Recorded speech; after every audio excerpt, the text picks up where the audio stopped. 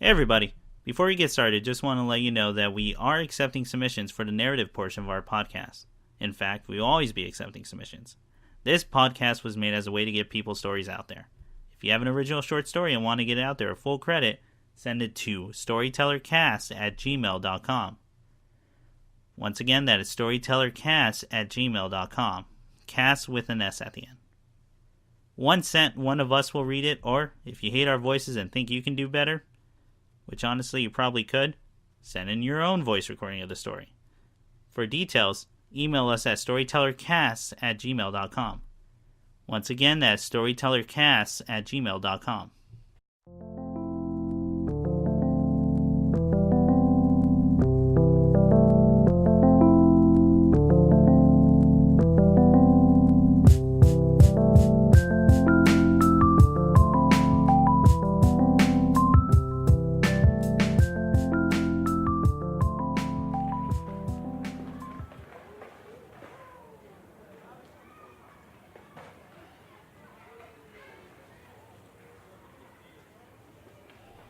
My name is Ian Adams.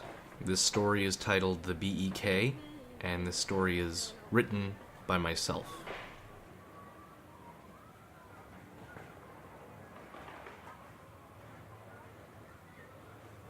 I like to think that I'm pretty up on the paranormal. Ever since I was a kid, about 6 years old, I was more excited or interested in ghost stories than afraid. But not till this very year did I read about the B.E.K phenomenon. Although I really wish that I had read about it sooner. My name's Andrew. I was about 13 then. The whole thing either happened in November or early December, since Christmas would have been coming soon. I live in a city called Whitney Park, and as you may guess, there's a big park in the center of town. It has grassy fields for almost 2 acres. The lacrosse team likes to practice there. There are big shady trees the old couples like to picnic under. And the lake is probably one of the cleanest natural lakes anyone has ever seen. Me and my buddies would go swimming if it's hot enough. But hands down, the best place in the whole city is the North Side Skate Park. Now, I've been around. I visited 12 states, Apalachicola, and Mexico. Nowhere in any part of North America that I've been to has there been a skater park as big as ours. One time, a concert by The Emergency went on for the next 3 days, and the place had to have like 1,500 to 1,700 skaters there. It felt like what Mrs. Hatt said Woodstock was like, but for skaters, not hippies. Anyway, that's where everything started. My friend Diego just did a gazelle flip and acted super proud from all that practice he put in. Raymond and I were already started to get ready to go, because it was nearly sunset. We rode our boards until the pavement stopped, and then we'd have to walk the rest of the way to the bus stop. Diego and Raymond lived in a different part of town, but my house is so close I can see the park from my room. So I heard there's going to be another addition to the school, Raymond said. Really? What for? It's a new chem lab, I think. Oh, man. You remember your older cousin let us in there one time? Diego grinned, a toothy weirdo grin. Yeah, he crushed up some special powder and lit it on fire, and then the flame was blue and green and stuff. Do you guys know what it is that makes that? The colored fire, I mean? It'd be so cool to have, like, a campfire or something like that. Have it, like, blue fire, I said to him. Or green, like out of those Harry Potter flicks, right? I can work that one. Raymond puffed out his chest like a big deal. The way they get the green fire is with rock salt. No, it isn't. I knew, and said it out loud. Yeah, Ray, that kind of sounds like horseshit. Diego muttered the swear part. It's not, you douchebags. Rock salt burns green. I saw it on a science show. Diego grew bored with the weird fire talk and tried to change the conversation. Hey guys, I went and saw the Christina Ricci film, Zombies on the Ice. How is it? Raymond asked him, looking kind of interested. It's fucking awesome. Really? Yeah. The best part is when the villagers are yelling at this kid, I forget his name, telling him to come while the zombie's creeping up on him. The rot level is peak perfect, guys. So, she doesn't take off her top? Asked Raymond. If she had, that would have been my favorite scene, I told them. You watch Zombies on the Ice too? Without me? Really? Raymond punched me in the arm. Yeah, not with him. But you do get side boob about 35 minutes into things. It's a real shame that Christina Ricci gets eaten by the zombie mayor, who's also her zombie dad in the movie. Diego smirked at that like I hadn't seen. You see it with anyone? I asked. His face lit up when I asked that. Yeah, I went on a date with Susan. I'm betting she liked it too. Oh, yeah? And what happened? I felt a bit curious myself. Diego and Perfect Susan were like Halle Berry going out with a homeless guy she found on fire. Not that Diego is poor at all. He has heavier pockets than me and Raymond's family put together. I couldn't tell what he liked about her other than the big rack. She acted real bitchy all the time. The guys at Whitney Park Junior High always said she kept extra pads in her purse with her all the time because she must always be on. Year before last, Susan was put in charge of the 6th through 8th grade spring dance. She actually added a whole mess of rules that the school board weren't going to enforce until she brought them up. Dancing couples had to be an arm's length, no hats, and that means a lot of guys had their moms pull and scratch their head. It was lame. Yeah. Diego tells his date story, right? Okay. So we get to the part where Denzel Washington's mowing over zombies with a snowmobile in the ice cave, and then she puts her hands around me for comfort, kind of cuddle. And then as the action and gore hit the ceiling, the zombies grab Denzel. Shit looks real bad for him. That's when I move in. I went for first, success, swooped in, second. Wow. Super squishy. Man, that's really impressive. I had to commend him. That's not even the best part. What? Tell us, Raymond demanded. She's also got a piercing. Are you serious? Susan from the Student Body Council has a titty ring? I know that sounded really rude, but it had to be one of the craziest things that I had ever heard. I wonder what else she's hiding. How much of her is pierced? Well, I'm banking on finding out tonight, Diego said. So, after it all, as usual, I walked southward, down Spartan Avenue, alone, and while I walked with my board under my arm, I remained stupefied in my thought about Susan Bevilacqua. Miss Immaculate would get a piercing anywhere. It made me wonder what else Diego would be planning on the bus. About her, what he'd be learning the next couple weeks of dating. She might be all prudish and slacks-wearing in public, but who could know what she's really like? Susan's a real-life example of not judging a book by its cover. You know, one can't truly know someone till they know them. The guy from Jet Boy and Jet Girl said that, and I live by that advice every day. Going down Spartan, I thought maybe I'd hit up Taki's hot dog stand. He makes a great dog, even though he has a face like ZZ Top. My parents are always telling me not to go, it's a waste of money. We can buy a pack of 8 for what it charges for 2. But it's just not the same. Anyway, he's a really cool guy who can make a stellar hot dog, and I suppose I got a little caught up in Taki's story about the heater and how he can't afford to fix it and all that weird stuff about his wife. But by the time I got back to walking home down the street, it was almost totally pitch black, except for a little red visible on the horizon. So I cruised down the sidewalk, and up ahead, there were these 2 kids that came up from the park. One looked like he was probably 10, and the other was about 7. Neither were similar in the face or anything, so I guess they weren't just buddies, but maybe not brothers. One of them had frizzy brown hair and olive skin, and the shorter one had black hair that seemed like his mom had parted it straight down the center and sprayed extra strength mousse.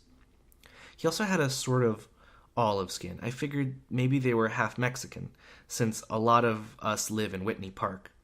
But wearing jean overalls made the tinier one kind of nerdy. The eldest was the talker. He said, Can we come back to your place and use your phone? Please? Help us. We need to call our moms. I told him, here man, use my cell. Then he frowned. He'd been real nice and smiley up to then. Well, to be honest, we were sort of hoping to come into your house and use the land phone so we could warm up, he said without a hint of compulsion. I thought the kid wasn't acting normal. No kid is that bold with strangers. And an older one at that time of night, too. Kids his age should be a little bit freaked out if they were truly lost. And as far as the wanted to warm up a bit, the night was chilly, but it wouldn't get really cold for an hour or more. Things smelled kind of fishy. And then that's when I noticed it. Eventually, standing outside on the sidewalk, I realized that both of these kids had black eyes. I mean totally, like no white of eye present, just two pairs of black circles. My first thought surfaced that they seemed pretty badass, actually. So I tell the kid, hey shorty, those are some really cool contacts you got. And he said, they're not contact lenses. Serious as a heart attack. Well, okay, I need to get going. Later, I told him, getting a little creeped out, honestly. Listen, I need to get to your place for a phone call, okay?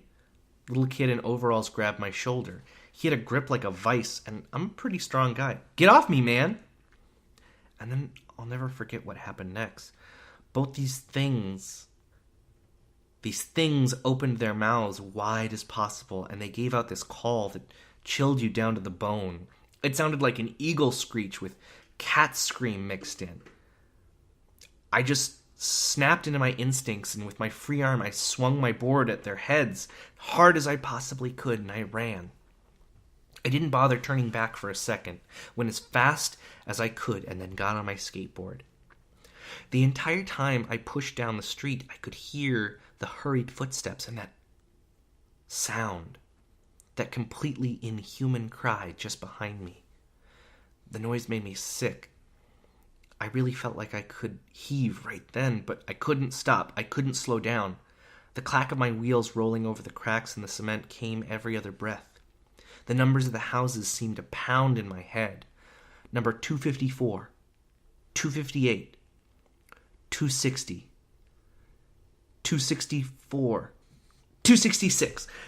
I jetted out my arm and I clasped the doorknob, still moving forward, running as fast as I could. Then I tumble-rolled and slammed the door behind me. I sat on the carpet and collapsed. From the door, a knocking came, strong and steady. It hit like angry adults after you got in a fight and stormed off to your room. And then they knocked before coming in anyway. Let us in. We need to use your phone. We need your phone. Neither of us has a gun, chimed in the other one for the first time. And I bet you don't need one. Just go. Leave. It felt like an eternity till the knocking stopped. Then, when I felt a little more courage, I knelt toward the door. I lifted up the mail slot to peek out to see if the coast cleared. Those horrible black orbs were staring back at me. With a gasp, I fell on my back. It felt like my heart would burst right through my chest. It beat so hard. After taking a few deep breaths, I opened my lids. My mom was standing above me. She had a face that said I was doing something bizarre. What are you doing on the ground, Andrew? Oh, like chillin', I said casually as possible. Raising an eyebrow, she said, well, get up. Dinner's ready, and your father doesn't want to wait much longer. And after dinner ended, I went back to my room. I really think it's too small. I have 5 really great posters.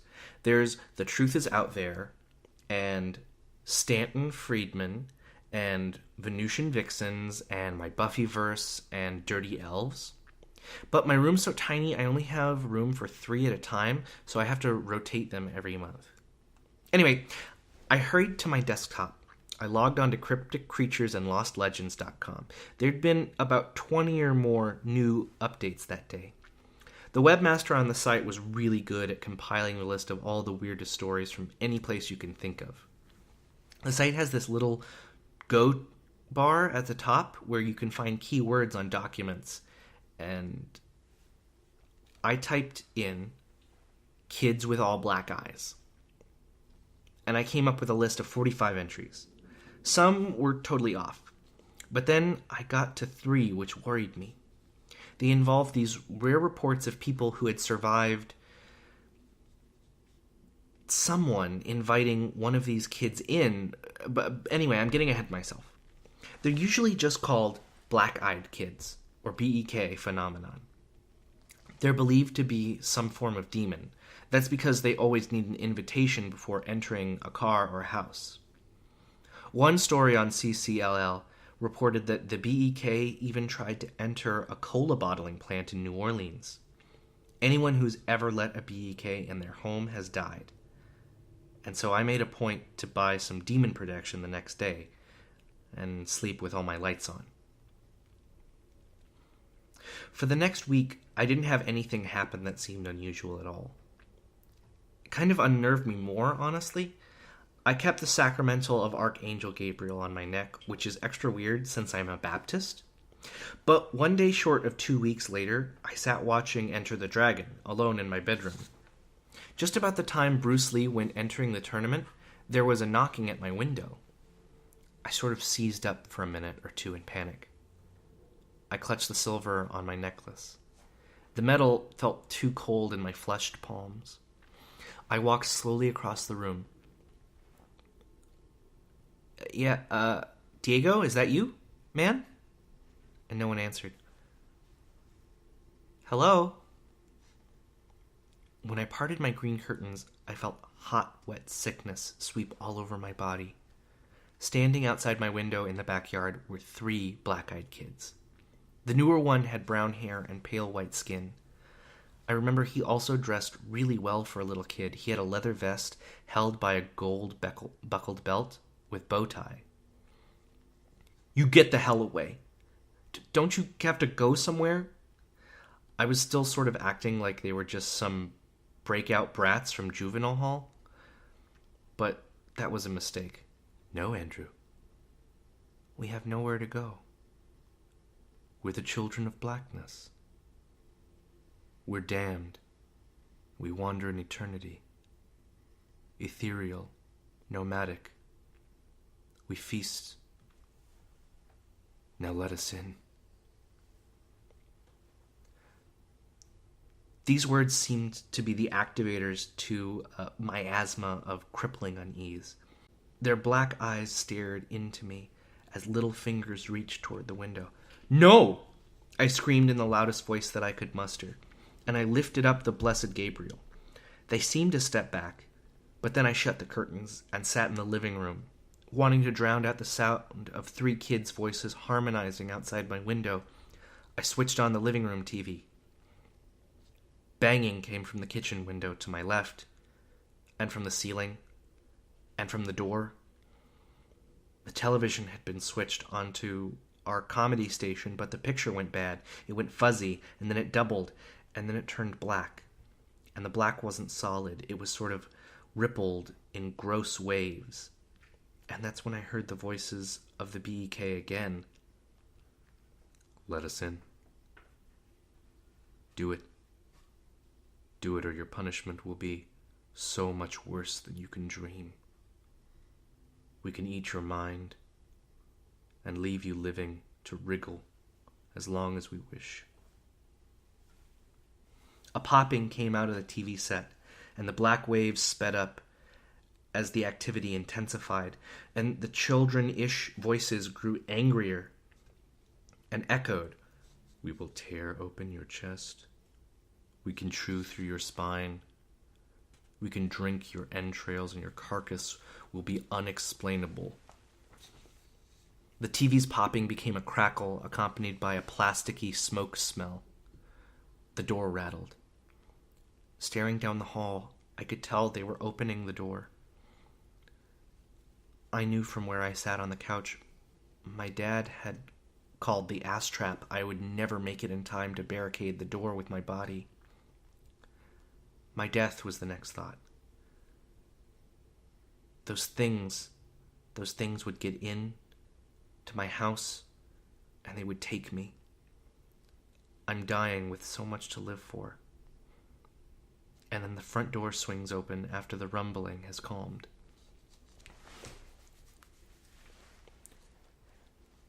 "Andrew, what are you watching?" asked my mom, as my dad followed close behind. They'd come back from Mr. Doolin's house party. I never had or again will be so pleased to see my parents come home. Halfway down the hall, the TV suddenly worked to produce normal picture. So I answered my mom. "It looks like Airplane's on." My parents and I sat together and watched the film. I could have done with some laughs right then, so I did my best to pretend that it was all cool, but my poker face proved to be none too good. My dad asked me near 5 times if I felt okay. I just told them yes. I couldn't tell them the truth. How do you say I came an inch from death and just thought I wouldn't want to die without knowing about Susan Bevilacqua's piercings? 4 days after that afternoon, Raymond came over. We played a round of Gears of War.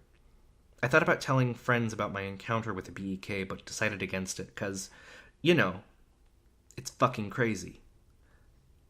No, I kept it to myself. When my friends asked me about the whole sacramental thing, I told them that a religious aunt came to visit and dropped it off as a gift.